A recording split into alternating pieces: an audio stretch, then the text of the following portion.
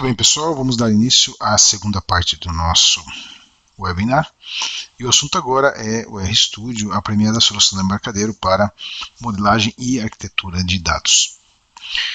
Esta é a família de produtos que compõem o RStudio, então eu vou falar um pouquinho sobre cada um deles, depois nós vamos diretamente para a ferramenta e explorar especialmente as 10 principais razões pelas quais as principais empresas e arquitetos de software e de dados têm preferido o RStudio da Embarcadero. Então, começando aqui pelo alto, né, o Data Architect é uma das principais ferramentas desse pacote. Efetivamente a IDE, onde você vai fazer a modelagem de dados, vai fazer engenharia reversa, geração de scripts e toda a interação com os diagramas, entidade e relacionamento. Depois nós temos ainda Business Architect. O Business Architect é dedicado à modelagem BPM, modelagem de processos de negócio, e ele se integra aqui com o Data Architect. Então você pode partir de uma modelagem de alto nível aqui de BPM e gerar o impacto, né, no modelo de dados. Tá? Depois nós temos Software Architect. O Software Architect é focado em modelos de UML, modelos de classes, objetos. Então aqui todos os diagramas da UML. O repositório, então esses produtos, como por exemplo o Data Architect, se integra com o repositório. O que é o repositório? O repositório é um versionador e também uma ferramenta de compartilhamento que permite mais de uma pessoa, mais de um arquiteto ou mais de um desenvolvedor efetuando alterações no mesmo modelo simultaneamente. Então, o que o repositório vai lhe proporcionar é versionamento deste modelo aqui do Data Architect. Esse versionamento ocorre individualmente para cada artefato do modelo, ou seja, eu não estou versionando o arquivo do projeto, e sim, nós estamos versionando cada artefato, cada tabela tem sua versão individual aqui no repositório. E você tem opções como um versionador de código-fonte, você tem opções de check-in, check-out, você pode criar branch, você pode fazer lock em um objeto para alterar. E no momento que você faz um check-in, por exemplo, todos os demais modeladores ou pessoas envolvidas nesse projeto recebem a alteração em tempo real. Então essa é a função do repositório. Ele é uma ferramenta de versionamento e de compartilhamento dos modelos, que permite trabalho em equipe. A função dele é permitir que um time de arquitetos trabalhe simultaneamente no mesmo projeto ou em projetos que estejam relacionados, por exemplo, compartilhando um mesmo dicionário de dados. Depois nós temos o Team Server, e o Team Server se conecta ao repositório e permite que você, via uma interface browser, navegue nos modelos que estão armazenados no repositório. Então o Team Server é uma ferramenta de colaboração que vai permitir navegação nos modelos por um browser de maneira 100% visual, a mesma visualização que você tem no modelo. Aqui na ferramenta de modelagem do Data Architect, você tem via browser, naturalmente o modelo é read-only para consulta, porém apresentando todos os detalhes de cada um dos objetos, das tabelas, etc., diretamente numa interface browser. Além disso, aqui no Team Server nós vamos encontrar glossários, termos, e que esses glossários e termos podem estar relacionados a objetos e entidades do seu modelo de dados, então criando aí uma árvore de impacto, né? Usar um termo e definir qual a razão da existência, por exemplo, de um determinado atributo ou de uma tabela em função de uma legislação ou o que quer que seja, né? Regras da companhia. Então, definição de termos e glossários ocorre aqui no Team Server e pode ser integrado ao modelo de dados, além de search, relatórios, etc.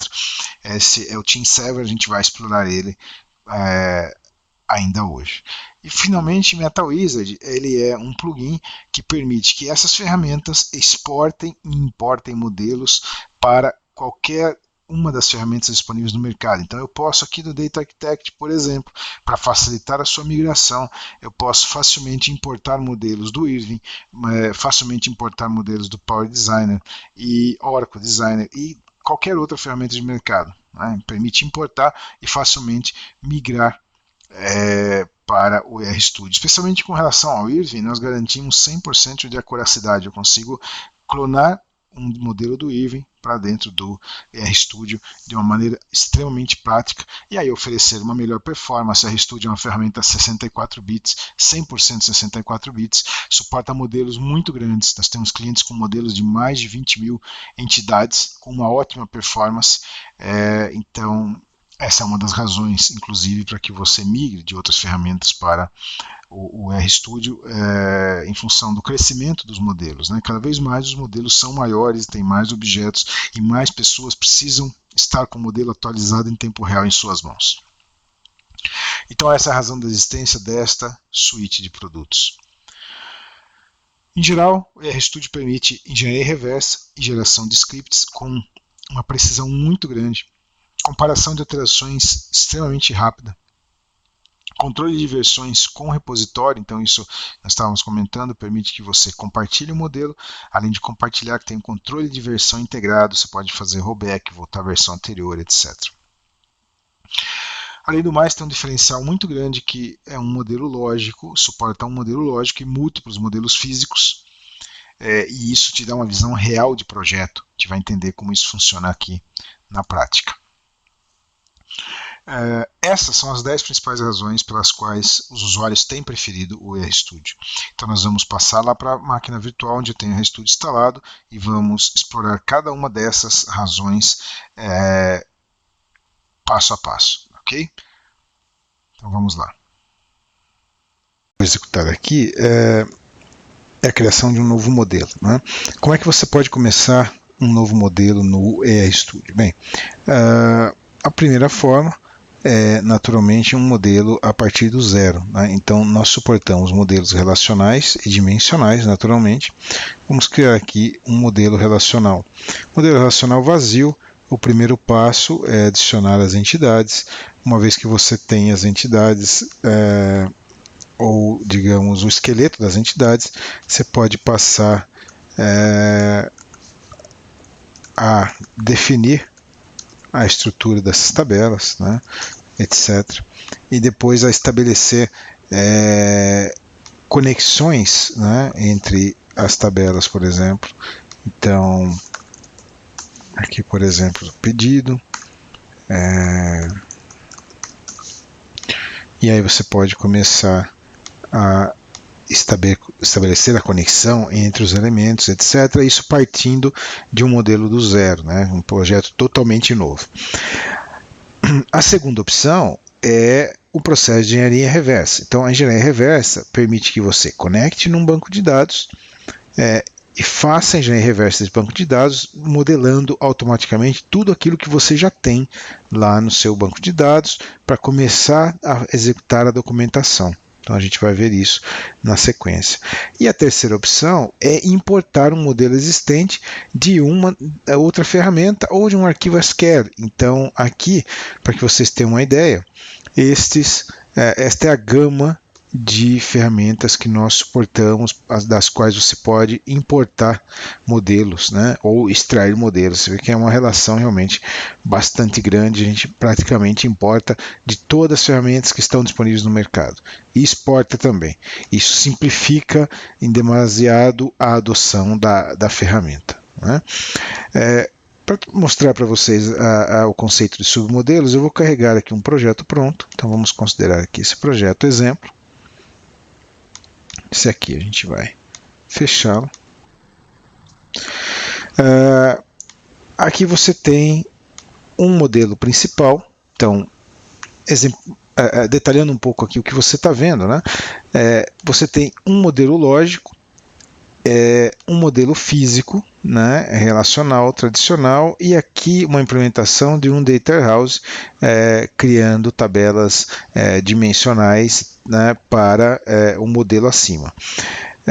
O primeiro detalhe aqui a entender sobre submodelos vamos aqui no modelo lógico, né, que é o modelo por onde você começa o seu projeto, né? Então, aqui no modelo lógico, você pode observar que nós temos um main model, ou seja, o modelo onde todas as entidades estão disponíveis, né? E depois você tem submodelos, tá? E aí normalmente esses submodelos são divididos ou por área de negócio ou por área funcional do seu sistema.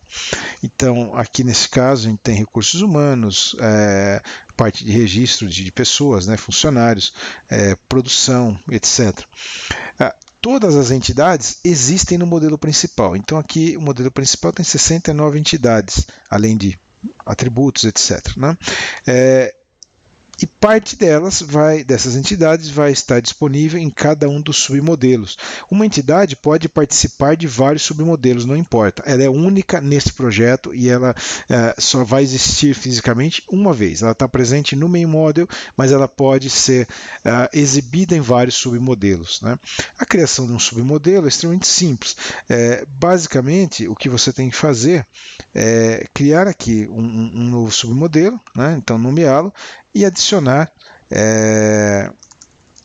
entidades, né, e para este submodelo. Né? Então, uma vez definido aqui um submodelo, ele está inicialmente vazio, aqui botão direito, Edit Submodel, e eu consigo, por exemplo, vamos partir aqui dessas tabelas, eu consigo definir quais são as tabelas que eu quero que participem desse submodelo, né? Então, agora eu tenho aqui um submodelo com 4 entidades, vamos reorganizá-lo. Né? Você tem aqui no RStudio ferramentas de organização visual que são extremamente interessantes. Ele permite que você organize o seu modelo em mais de um padrão. Né? Isso é extremamente performático e funciona bem, não importa a quantidade de tabelas que você tem aqui nesse modelo. Então aqui eu tenho tabelas que estão relacionadas e ele automaticamente está me criando um layout aqui visual para essas tabelas. Né? Então nós criamos aqui um submodelo, assim como para qualquer outro submodelo, basicamente você pode editar, adicionar ou remover tabelas, ele já te mostra que quais já estão, né, nesse submodelo, quais fazem parte, quais não, você pode adicionar ou remover tabelas ou views, etc. desse submodelo. A ferramenta também permite que você configure segurança por cada um dos submodelos. Então, usando o repositório, que a gente vai falar um pouquinho mais tarde, cada pessoa pode ou não acessar um ou mais submodelos. Então, você consegue definir isso também de acordo com a área, né, de cada um dos funcionários ou projeto que esse funcionário está envolvido. Removendo um submodelo, você não está removendo as entidades dele. Tá? Você simplesmente deixa de ter aquele agrupamento das entidades, mas as entidades não são removidas. Ok? Então, esse é o suporte a submodelos. Você pode ver extremamente flexível, porque você pode configurar inclusive visualizações diferentes por submodelo. Então, vamos imaginar que nesse submodelo eu quero mudar aqui o meu critério de visualização, então eu posso exibir mais ou menos informações. Por exemplo, eu gostaria de exibir aqui o tipo de dado e no option, né? Estou ordenando aqui pela ordem lógica dos atributos, né? E aqui você pode selecionar outros detalhes que você queira exibir. Por exemplo, quero exibir o owner dessas tabelas, né? Então, fazendo aqui a alteração na visualização, somente para esse submodelo eu acrescentei essas informações, eu posso reorganizá-lo aqui, eu acrescentei a visualização do tipo de dado, not null, mas isso segue como estava para os demais submodelos. Então, cada submodelo é realmente vivo, cada submodelo tem a sua vida própria. Né? Ok? Então, isso sobre a utilização de submodelos. Eu vou, para que vocês compreendam aí a separação lógica e física, eu vou fazer uma engenharia reversa. Então, vamos fechar esse projeto. Vamos conectar aqui numa base SQL Server. Então, tem aqui uma base da SQL Server rodando aqui nessa outra VM. Nós vamos conectá-lo.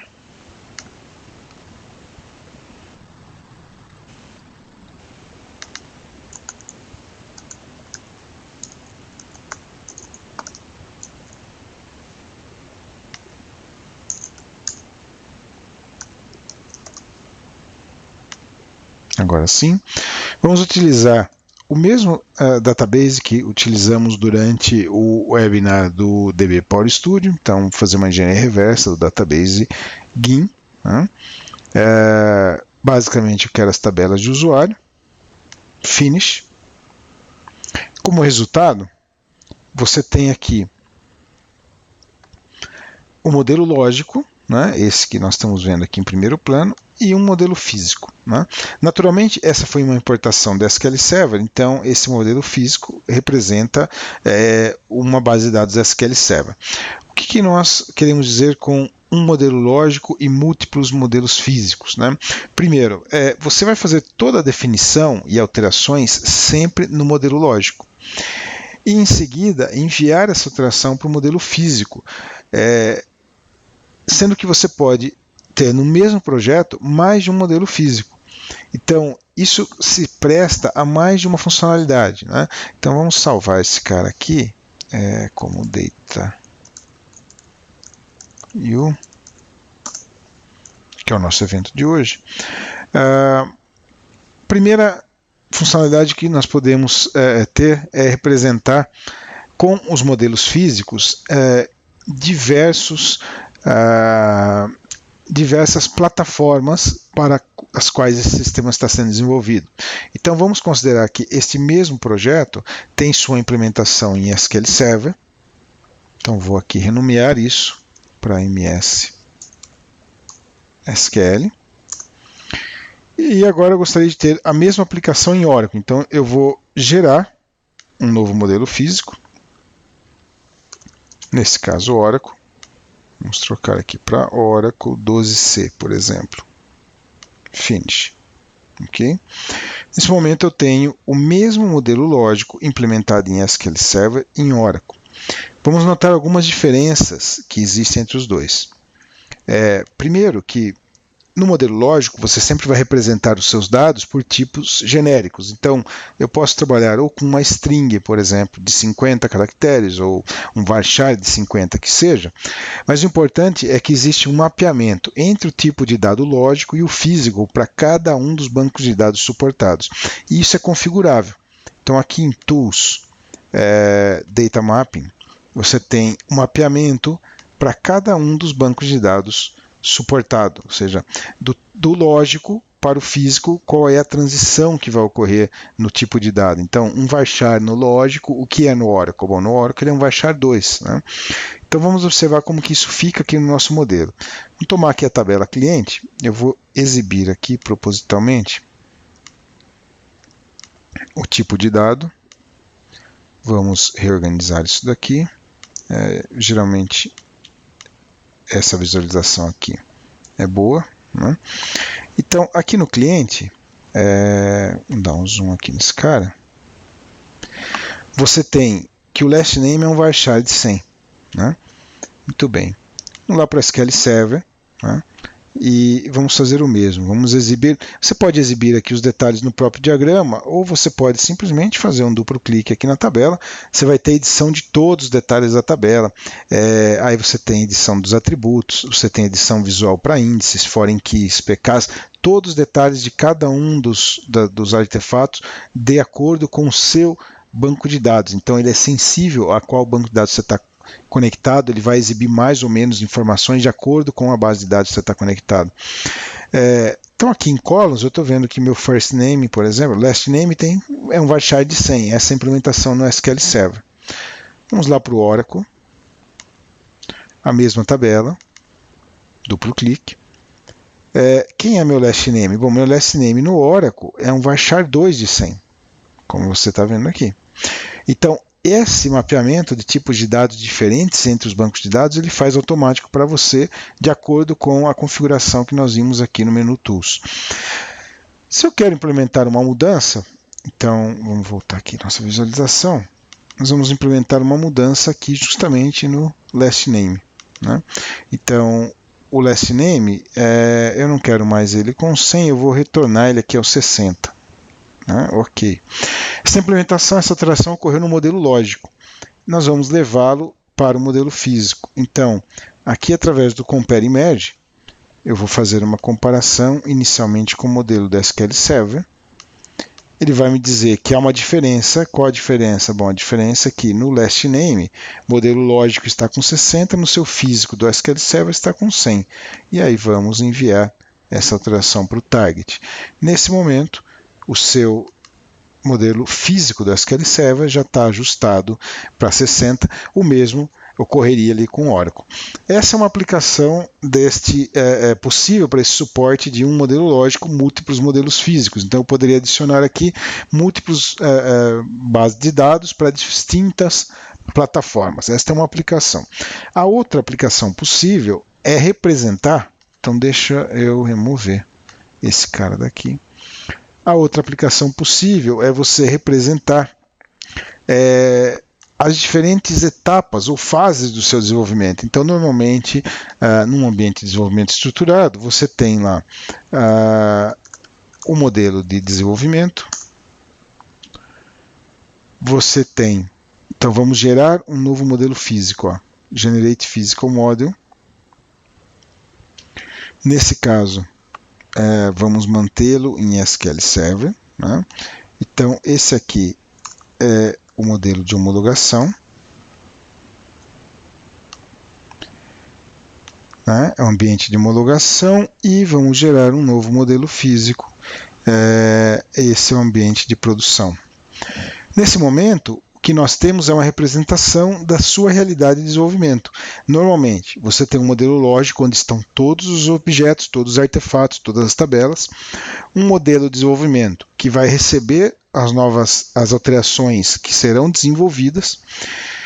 Depois, numa segunda etapa, você vai levar as alterações do modelo de desenvolvimento para o modelo de homologação. Então, eu posso comparar os dois modelos e extrair o script para rodar lá na homologação. Uma vez que o projeto está homologado, você compara a homologação com produção e extrai o script para rodar em produção. Então, isso tem o poder de representar cada um das suas etapas de desenvolvimento. Então, você tem lá uma visão de como está o ambiente de desenvolvimento, de como está o ambiente de homologação, ou seja, quais tabelas já existem aqui que não existem em produção, por exemplo, porque o software ainda não está pronto.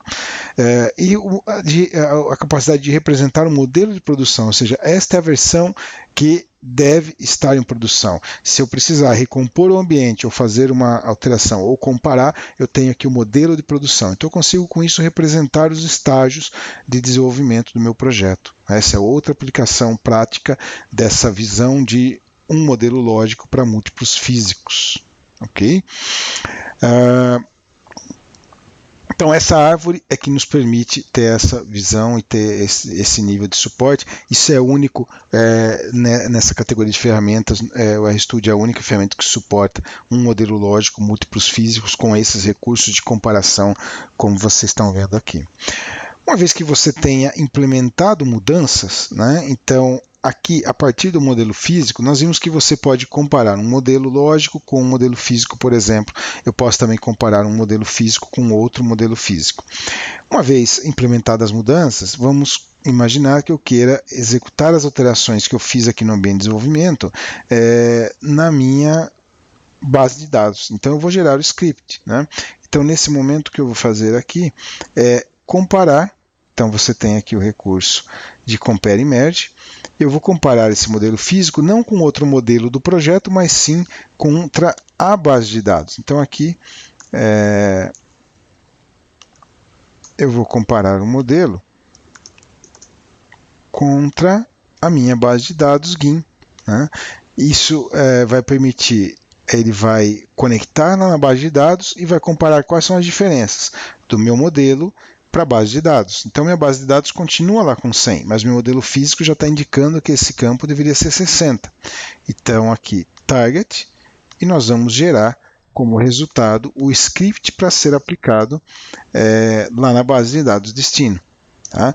Então, ele está já automaticamente gerando. Eu posso executar por essa ferramenta ou eu posso tomar esse script e enviar lá para o DBA ou para a pessoa responsável pela produção, que será o responsável por executar esse script.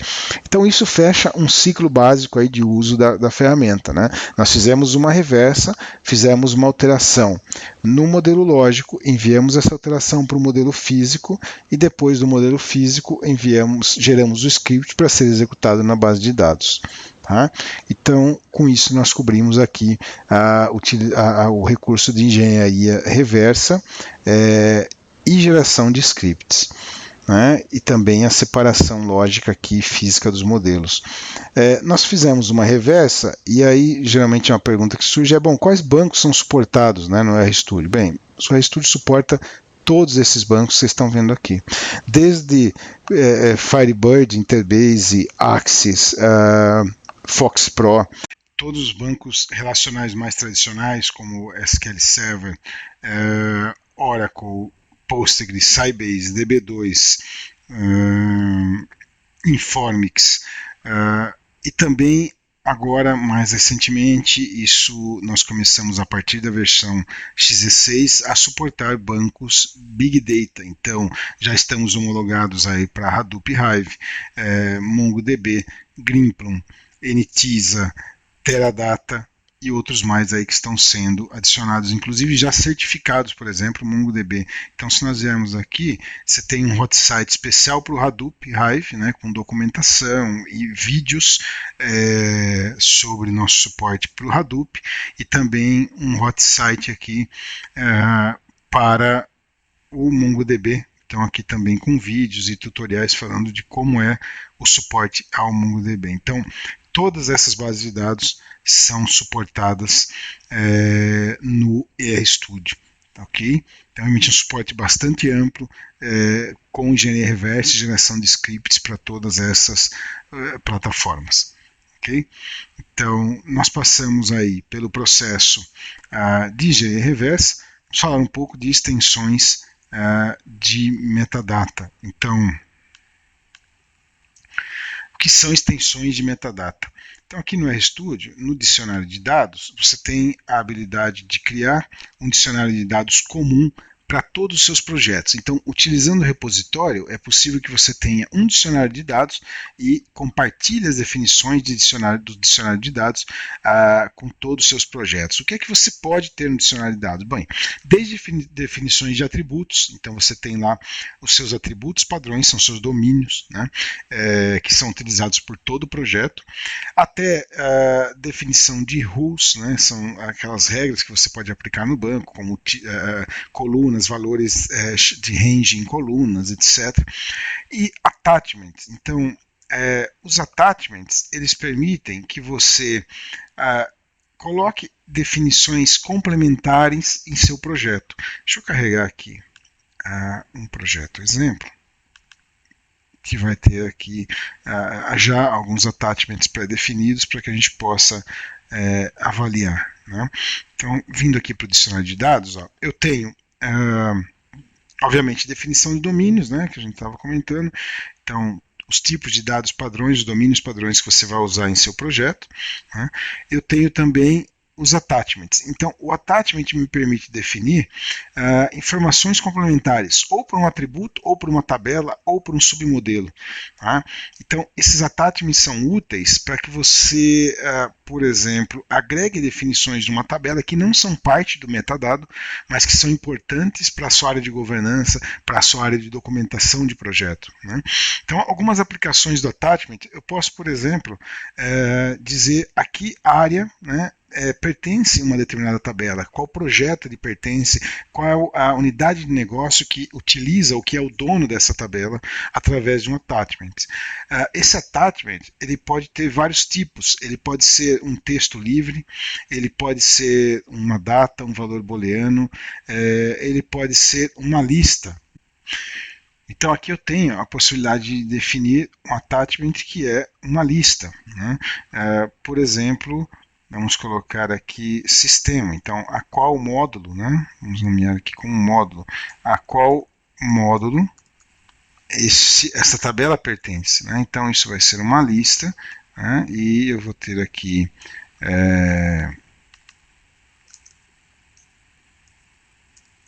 módulo 1, módulo 2, módulo X. Né? Esse attachment nós podemos agregar a qualquer objeto do meu modelo. Então, vamos aqui, por exemplo, a tabela, o submodelo broker, né, onde tem aqui a tabela cliente, broker. Vamos agregar um attachment nessa tabela. Então eu posso dizer aqui, por exemplo, editando a tabela cliente, que ela pertence, então eu venho aqui, eu posso dizer que esse cara pertence a um determinado sistema, simplesmente agregando um attachment a ela. Tá? Então, por exemplo, vamos aqui, módulo, e aí a qual módulo essa tabela pertence. Tá? Então, pertence lá ao módulo 2.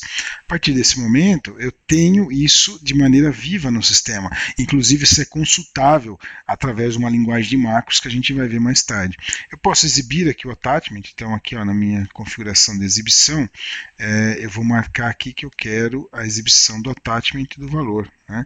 Então, aqui ó, eu já sei prontamente que haviam outros atributos adicionados, né, para a gente poder demonstrar isso. Aqui, ó, o módulo 2. Então, diretamente eu sei a quem essa tabela pertence. Né? Então, essa é a função dos attachments. E depois eu posso fazer relatórios, filtros. Eu posso, por exemplo, gerar um relatório que me exiba liste todas as tabelas que são do módulo 2. Isso também é possível. Tá certo? Ou aplicar uma alteração em todas as tabelas do módulo 2, também é possível, através de uma macro, por exemplo. Então, essa é a funcionalidade das extensões de metadado dos attachments. Ok?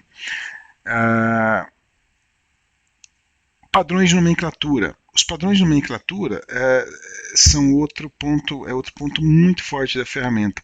Então, hoje é possível definir uma nomenclatura padrão. Então você tem aqui o Name Standards. Né? Esse Name Standards permite que você defina quais são as características que você quer para o seu modelo. Então, nome de entidade, tamanho máximo, etc. Tamanho máximo, nome do atributo, se você vai usar um tipo de cache-out baixa em especial, prefixos, etc. O mesmo para o físico.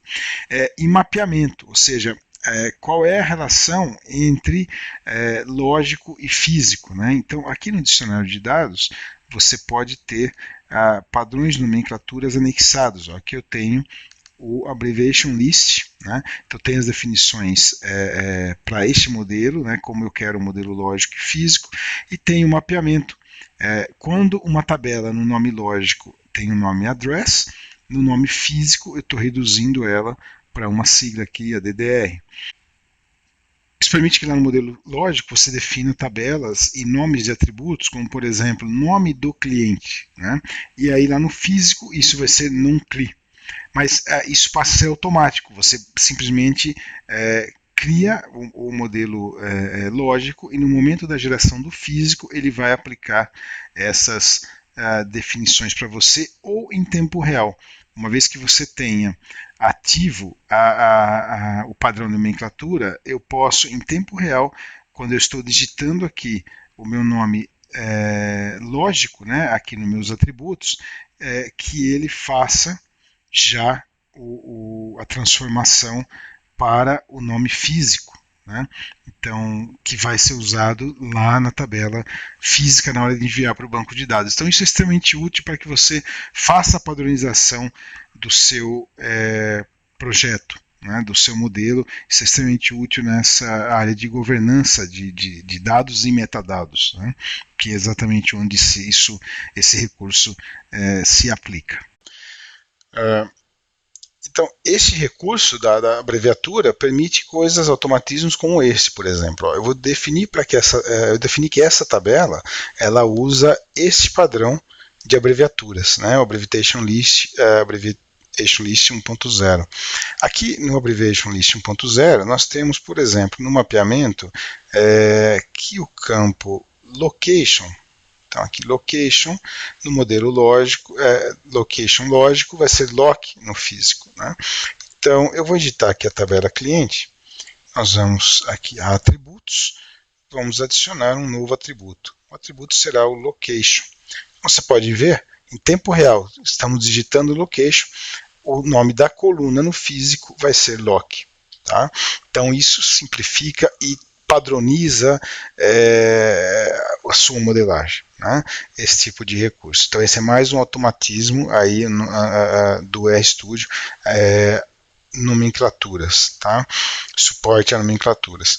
Outro recurso interessante, a gente falou ali de submodelos, então todos os objetos estão no main model e podem estar repetidos nos submodelos, né?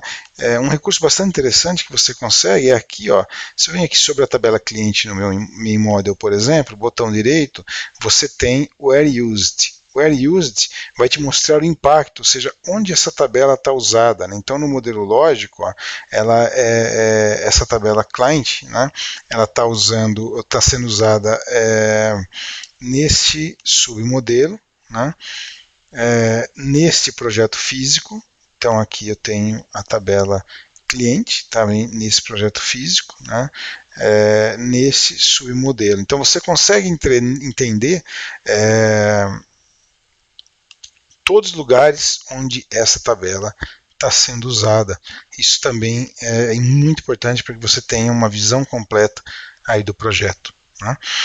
Então tá aí, falamos de nomenclatura e aqui um pouquinho do impacto, né, do Where Used.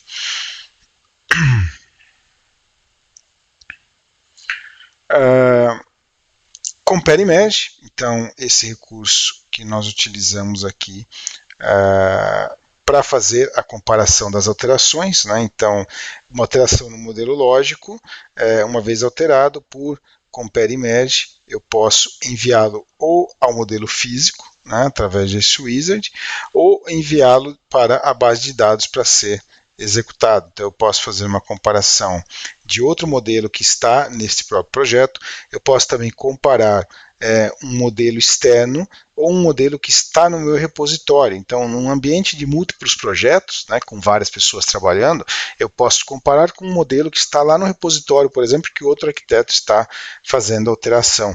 Então, esse é o recurso do Compare e Merge, ok? Então, tá aí. O que mais nós temos aqui? Macros. Bem, as macros são um recurso extremamente interessante.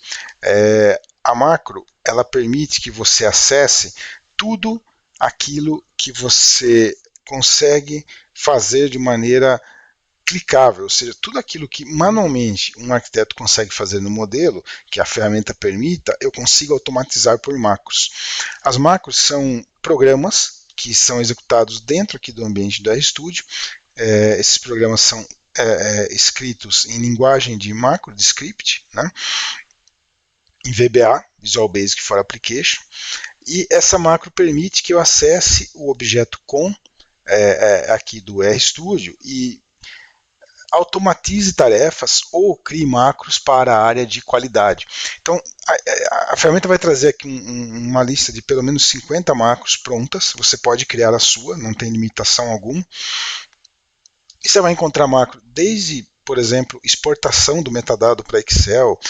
Você pode exportar o dicionário de dados para Excel, ou alguma pessoa completar as definições, por exemplo, de negócio, né, dos atributos, e você reimporta isso e atualiza o modelo.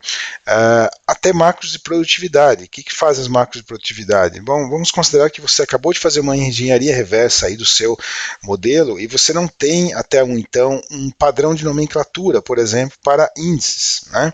Então eu posso aplicar aqui uma nomenclatura para índice automático. Por exemplo, eu quero padronizar a nomenclatura de PK, de FK ou de índice. Então aqui na nomenclatura de índice, quando você executa, ele vai pedir aqui uns parâmetros. Eu quero, por exemplo, todos os objetos, índices primários, eu quero utilizar o nome da tabela com um prefixo, por exemplo, IDX, né, underscore, posso colocar um sufixo, aqui você tem um preview de como os nomes dos índices vão ficar.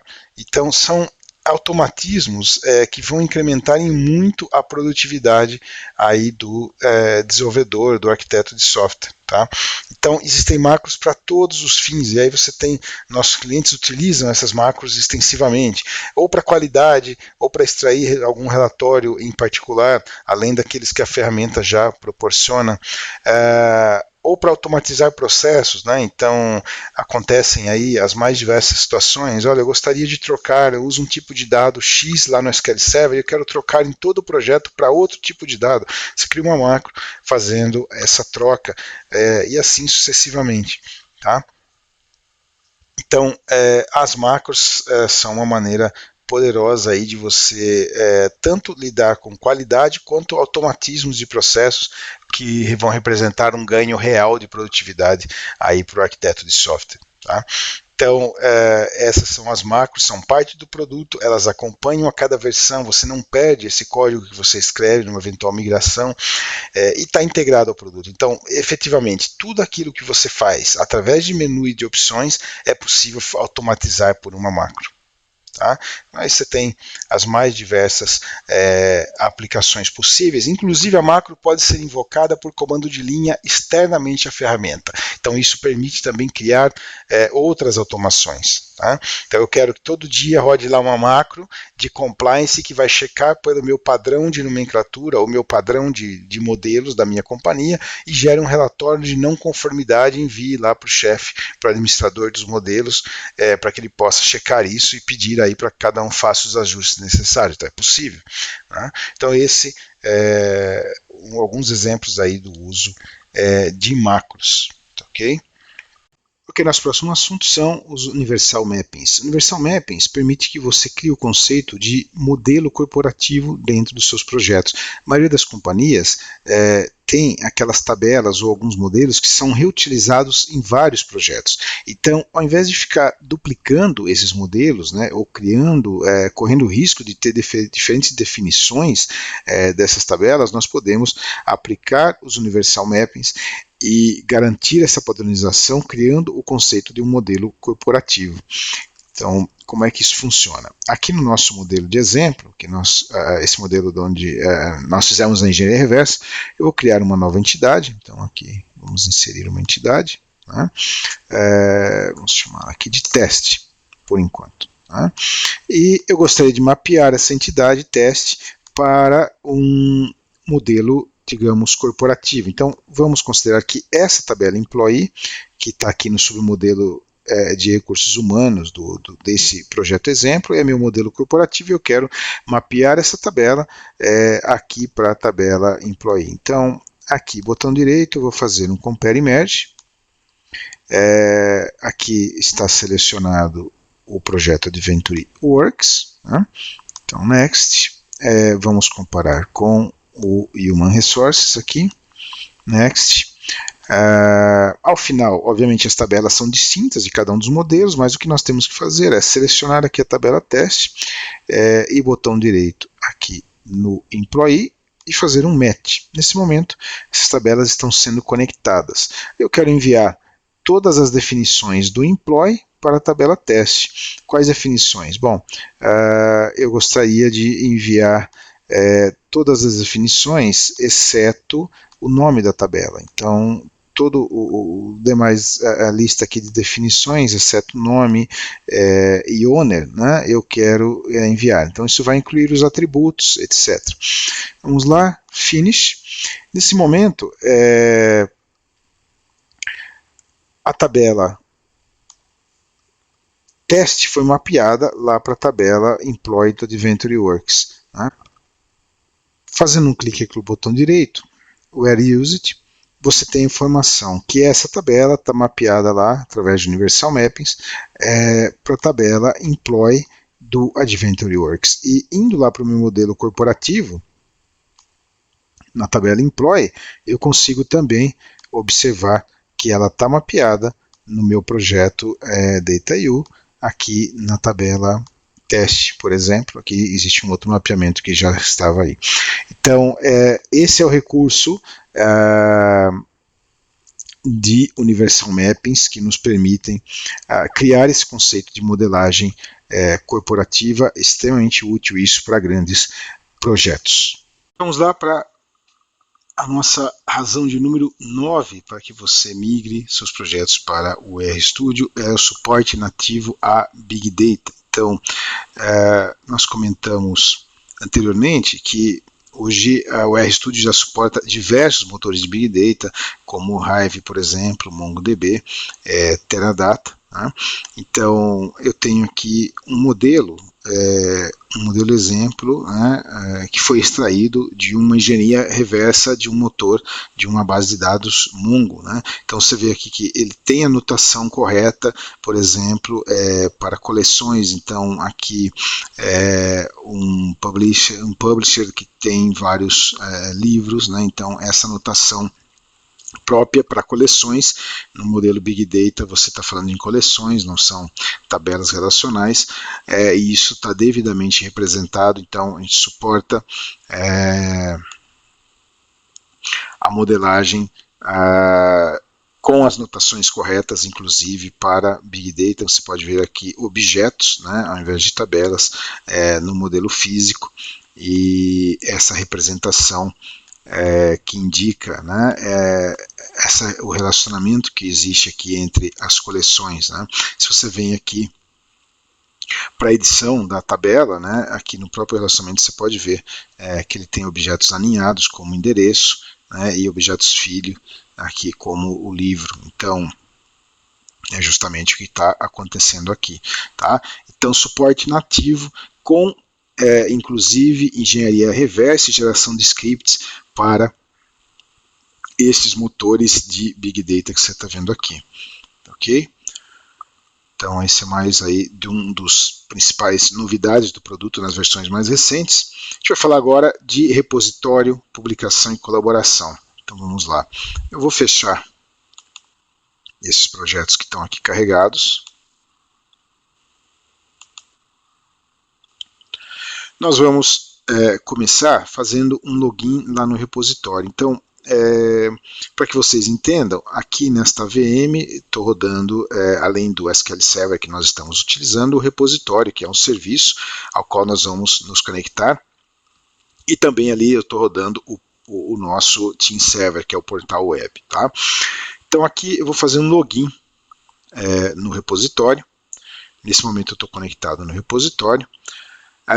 Ao invés de carregar um projeto local, né, o que nós vamos fazer, uma vez que eu tenho aqui, que eu esteja aqui conectado ao repositório, nós vamos fazer um get do repositório. Então, ao invés de carregar um arquivo que está na minha máquina, eu vou olhar lá para o repositório e vou fazer um get de um projeto. Né? Então, por exemplo, vamos tomar aqui esse projeto GIN que está no repositório.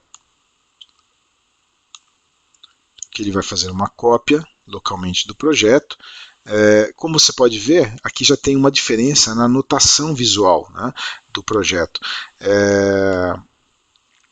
Aparece aqui um cadeado. Esse cadeado indica que esse projeto está locado. Né? O que significa isso?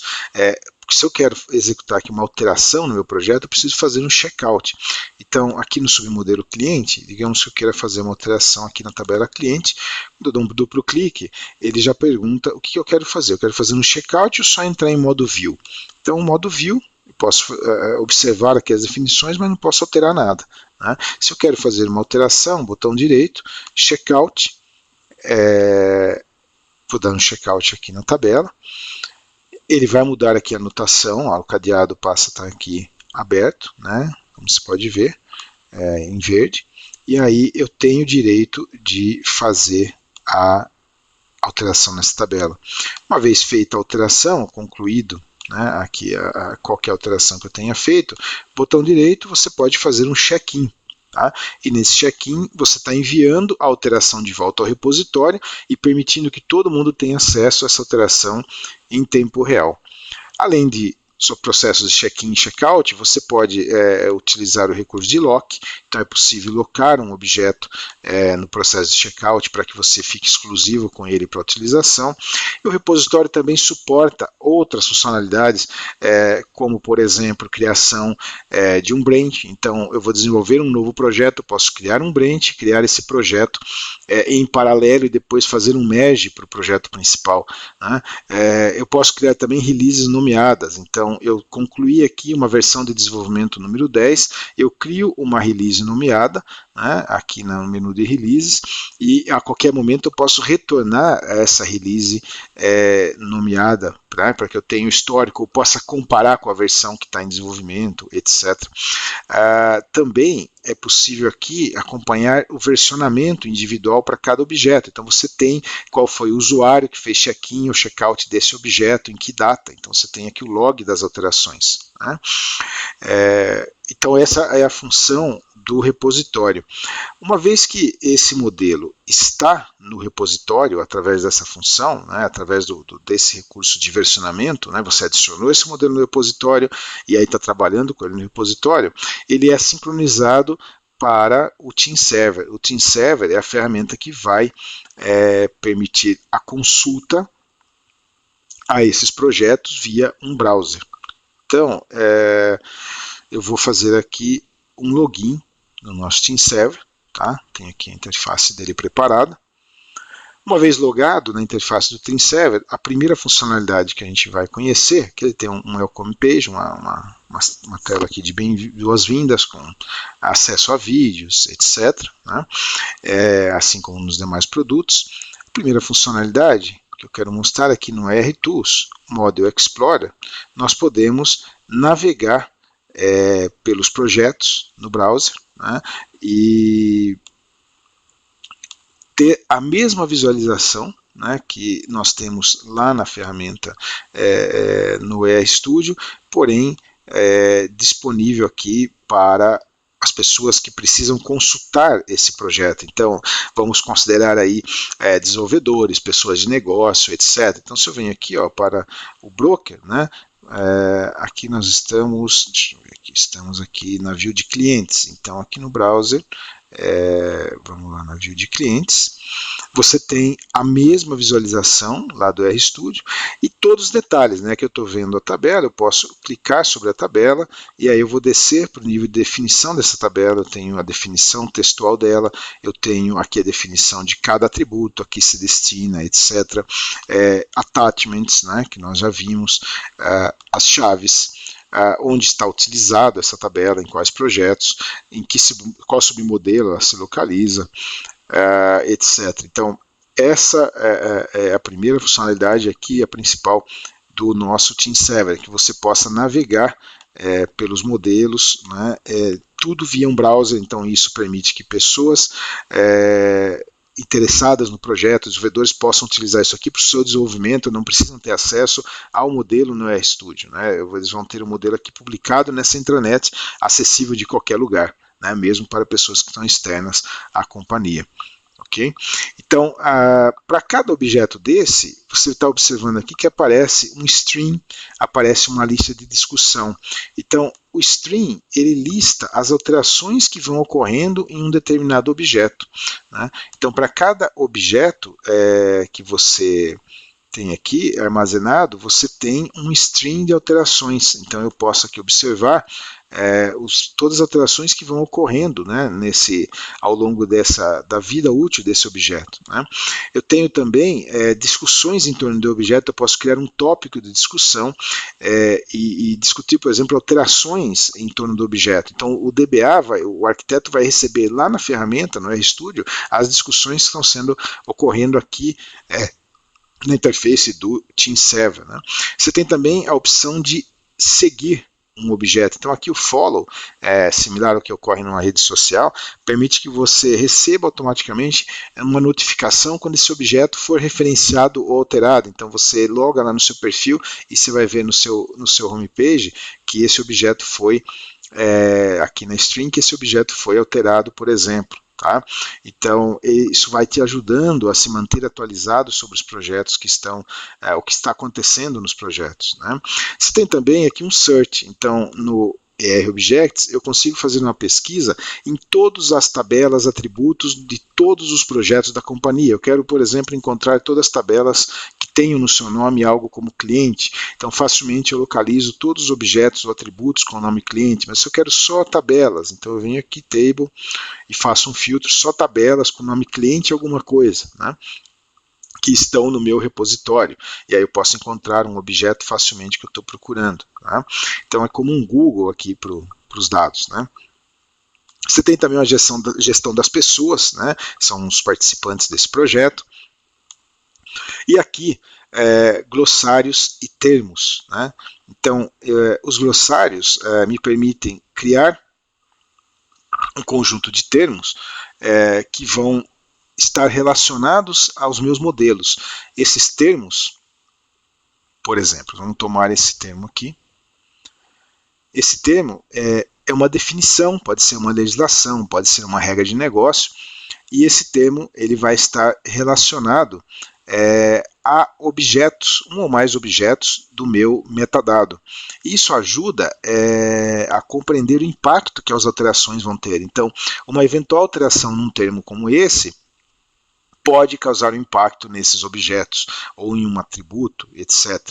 Então, isso começa a ligar, criar uma ligação entre os dois mundos, né? O mundo lá do arquiteto e o mundo das pessoas de negócio, né? Onde eu posso, ou das pessoas que estão definindo um projeto. Então, eu começo a unificar essa visão de termos, né, com os modelos de dados, fazendo aí uma geração de uma visão de impacto, né, entre uma legislação ou uma regra de negócio e qual a relação dela com o meu modelo de dados. Então essa é a função dos glossários em termos. Então este é o nosso ERStudio TeamServer. Tá? É uma ferramenta de colaboração que permite navegação nos modelos, permite pesquisa, permite a criação de glossários e termos e o relacionamento disso com os objetos de negócio. Também definição de relatórios, então é possível aqui criar novos relatórios e executar relatórios existentes, né? Então você tem aqui um conjunto de relatórios já pré-definidos, mas você pode criar seus próprios relatórios, né? Também data sources, então os data sources permitem algo bastante interessante. Eu posso criar o meu diretório de data sources da companhia. Né? Na maioria das empresas, o pessoal tem uma planilha ou algo assim para saber quais são todas as instâncias que eu tenho implementadas na empresa, né, dos bancos de dados, e aqui se destinam essas instâncias, né, instâncias de teste, instâncias de homologação, de um mesmo sistema, de outro sistema. Eu consigo aqui definir os data sources de maneira integrada ao TeamServer. Uma vez definido esse data source, então aqui basicamente o que você tem que dizer é onde esse data source está implementado, ou seja, qual é o IP ou o hostname, etc., qual a plataforma, e quais modelos, e aí que fica interessante, quais modelos do meu repositório estão implementados nessa instância. Bem, qual é o resultado prático disso? Né? Onde é que isso quer chegar? Se nós viermos aqui para o RapidSQL, a ferramenta que nós vimos na palestra anterior, você vai observar que esse data source definido aqui no TeamServer está disponível aqui para o RapidSQL. Né? E estando disponível aqui para o RapidSQL, eu posso fazer um login nesse data source, como você pode ver, né? Um data source da SQL Server. E uma vez logado, no momento que eu vou aqui, o meu desenvolvedor vai lá escrever uma query. Então vamos considerar aqui um select, asterisco, from client, né? Client.clientID igual a 1. Uma query válida aqui. Se você vai aqui um tracejado embaixo de algumas palavras dessa instrução SQL, o que é que vai acontecer? Diretamente aqui na ferramenta de SQL, eu tenho uma visão do metadado, ou seja, olha aqui, ó, a definição da tabela cliente, para que ela serve, a definição do ID, né? Quais são as colunas que estão sendo aqui retornadas por esse select, de todas as colunas aqui, select asterisco. Então, isso leva as definições de metadado diretamente lá para o meu desenvolvedor.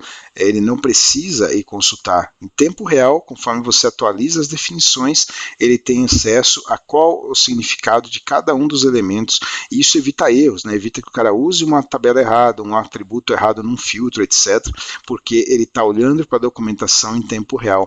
Então, essa é a integração que existe entre as ferramentas do DBA Desenvolvedor, que é o Power Studio, e o RStudio, que é a ferramenta de modelagem, onde estão as definições do metadado, onde são aplicadas aí todas as definições de projeto. Ok?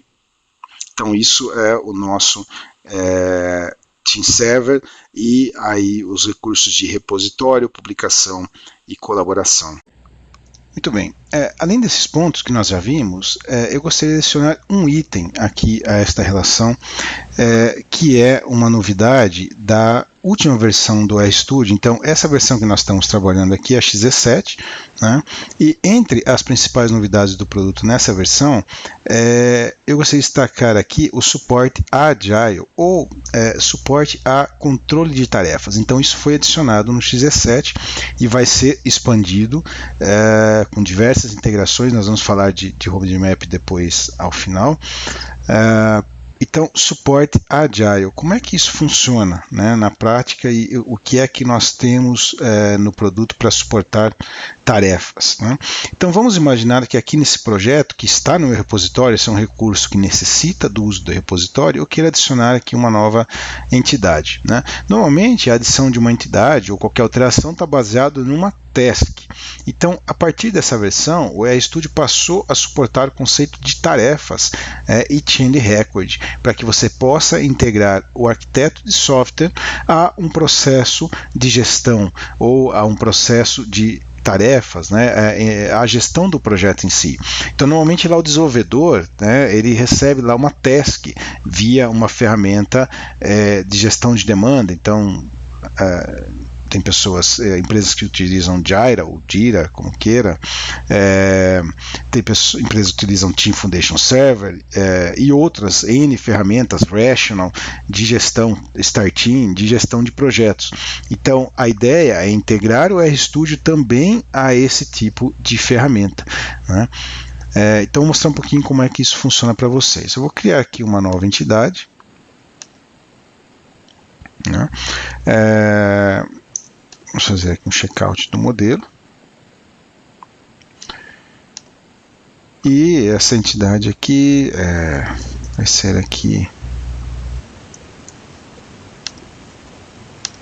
a entidade teste ID. Não é somente isso nesse momento.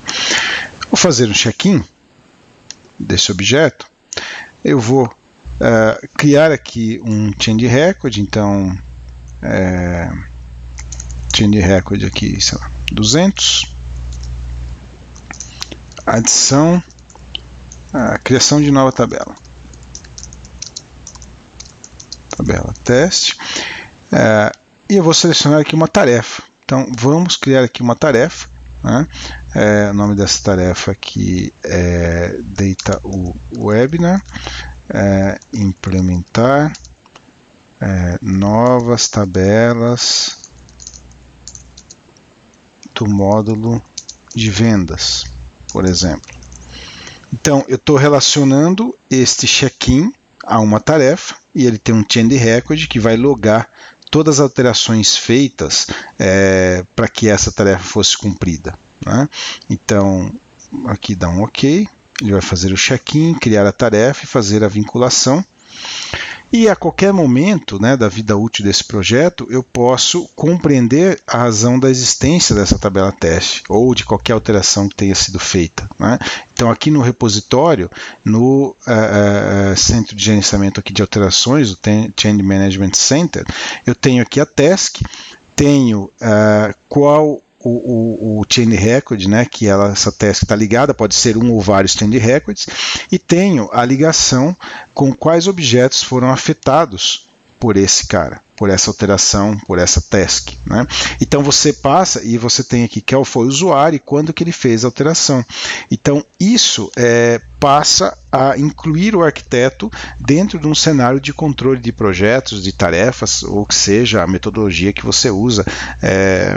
Nós estamos citando muito Agile, né, porque isso geralmente as tasks são um conceito Agile, mas na verdade aqui você pode aplicar qualquer metodologia. Nós estamos falando basicamente de gestão de tarefas, mas isso coloca o arquiteto dentro do mesmo fluxo de gestão de tarefas das demais pessoas da equipe. Então nesse momento essas tarefas são standalone, você cria a tarefa aqui diretamente nessa interface, né? Depois nós vamos falar de roadmap, onde vocês vão ver que essas tarefas vão ser integradas automaticamente com ferramentas de gestão de tarefas, de gestão ou gestão ágil, como Jira, ou Jira, Team Foundation Server e outros mais que estão em avaliação. Ok? Então, isso que eu queria mostrar adicionalmente, que é esse recurso para gestão de tarefas integradas ao RStudio. Isso é uma novidade do XZ7. Então esse é o RStudio, um produto para arquitetura e modelagem de dados, com suporte a todos os bancos de dados relacionais de mercado, agora também suporte a Big Data, suporte a modelos grandes. Temos clientes com modelos que atingem até 20 mil entidades, com uma ótima performance. O produto agora ele é 100% 64-bit, tanto a camada cliente quanto a camada servidor, então isso garante uma ótima performance mesmo para modelos gigantescos. Suporte agora integrado a gestão ágil de projetos, a gestão de tarefas como um todo, né? Nós vamos passar para a sessão de perguntas e respostas, fazendo aqui um resumo do pacote, né, de tudo que você tem na suíte do RStudio. Então, Data Architect é a ferramenta para modelagem, onde você faz todo esse processo que nós vimos agora, de engenharia inversa, etc., geração de scripts. Business Architect, BPM, Software Architect para ML. O repositório, extremamente importante, porque permite que você trabalhe em equipe, faça o versionamento do projeto, ao invés de trabalhar ali isolado, né? Você tem todo mundo trabalhando ao mesmo tempo no mesmo projeto. E a ferramenta, o Team Server, que é a ferramenta de colaboração que permite que você exponha esses modelos para toda a empresa. Então não depende de uma pessoa ou outra ficar ali gerenciando os modelos ou fornecendo cópias atualizadas do modelo. Todo mundo tem acesso ao modelo em tempo real. Okay? Então esse era o recado com relação ao RStudio. Nós vamos agora ao vivo, direto de São Paulo, perguntas e respostas. A gente vai falar também de roadmap desse produto. Os contatos da Embarcadero do Brasil. Então aí você tem o e-mail, atendimento@embarcadeiro.com.br, 11 5643 1333. Se você quiser agendar apresentações personalizadas para sua empresa, tirar dúvidas sobre o produto ou cotações, então aí estão os contatos e vamos lá ao vivo, direto de São Paulo, a partir de agora.